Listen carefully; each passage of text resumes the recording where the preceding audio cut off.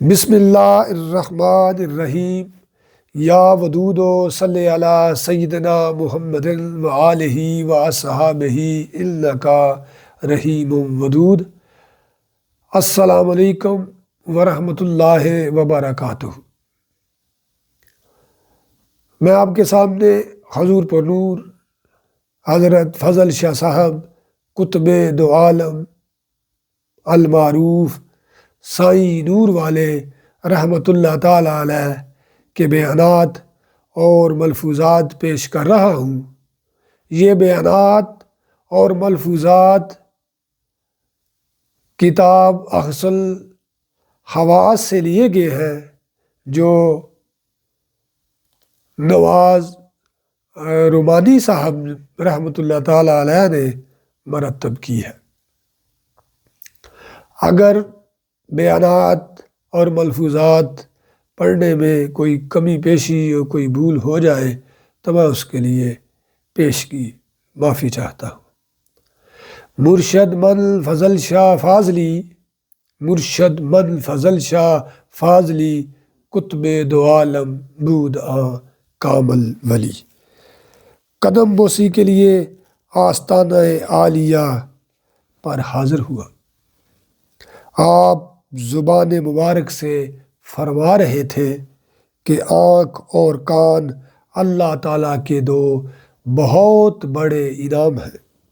آنکھ کا شکریہ اس طرح ادا کیا جاتا ہے کہ ہمیشہ خیر اور غیر کے مابین وقف رکھا جائے، اور جو رخ ہادی کا ہو وہی اختیار کیا جائے۔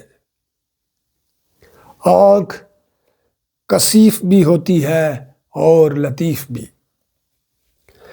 جس آنکھ میں کثافت ہو اسے اچھی چیز بری اور بری بھلی نظر آتی ہے۔ یہ لطیف آنکھ کے رموز و اسرار سے نابلد ہی رہتی ہے۔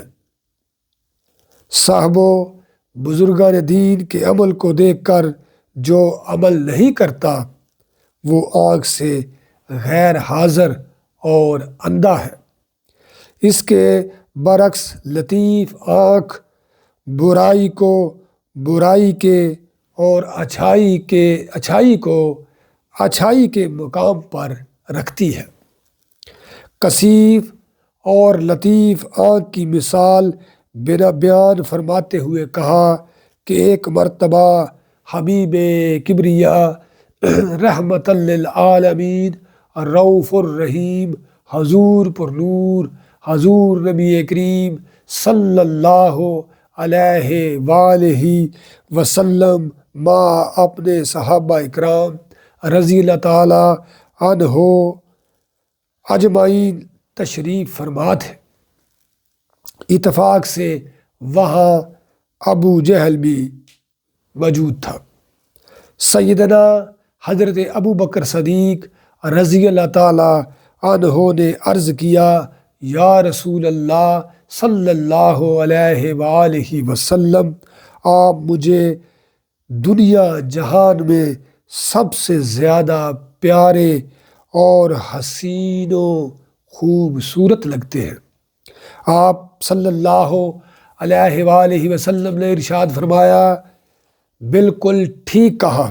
پھر ابو جہل لعنت اللہ بولا، اے ابن عبداللہ صلی اللہ علیہ وآلہ وسلم، آپ صلی اللہ علیہ وآلہ وسلم مجھے سب سے کم تر نظر آتے ہیں۔ حضور اکرم صلی اللہ علیہ وآلہ وسلم نے فرمایا، تم نے ٹھیک کہا۔ یک وقت دو مختلف باتیں ہوئیں، آپ صلی اللہ علیہ وآلہ وسلم نے انہیں درست فرمایا۔ صحابہ اکرام رضی اللہ عنہم نے اس بارے میں حکمت جاننے کے لیے عرض کیا تو آپ صلی اللہ علیہ وآلہ وسلم نے ارشاد فرمایا، ابو بکر صدیق رضی اللہ تعالیٰ عنہ نے مجھے صدیقیت کی آنکھ سے دیکھا اور ابو جہل نے کثافت کی آنکھ سے دیکھا تھا۔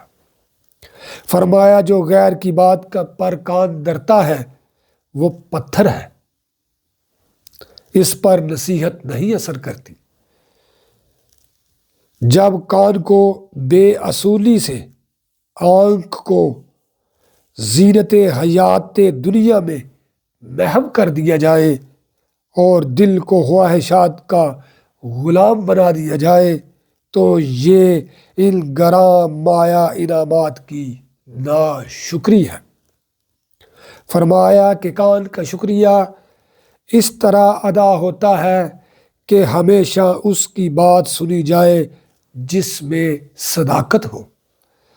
حق بات سن کر اگر کوئی اس پر عمل نہیں کرتا تو وہ کان سے غیر حاضر اور بہرا ہے۔ سن لو خیر کی راہ پر گامزن ہونے کے بعد برائی ہمیشہ کانوں کے ذریعے ہی انسان کے اندر داخل ہوتی ہے، اس لیے ان کی حفاظت کرنی چاہیے۔ اللہ تعالی ہمیں آسانیاں عطا فرمائے اور آسانیاں تقسیم کرنے کا شرف عطا فرمائے، اور اللہ تعالی ہمیں بزرگان دین کی صفات کو اپنانے کا، اجاگر کرنے کا شرف اور علم عطا فرمائے، اور بزرگان دین کے علم بحر بے کراں اور بزرگان دین کے علم کے بحر علوم میں سے ہمیں بھی حصہ عطا فرمائے۔ بزرگان دین کی دعا برکت کے ساتھ، نور والے، نور والے، نور والے۔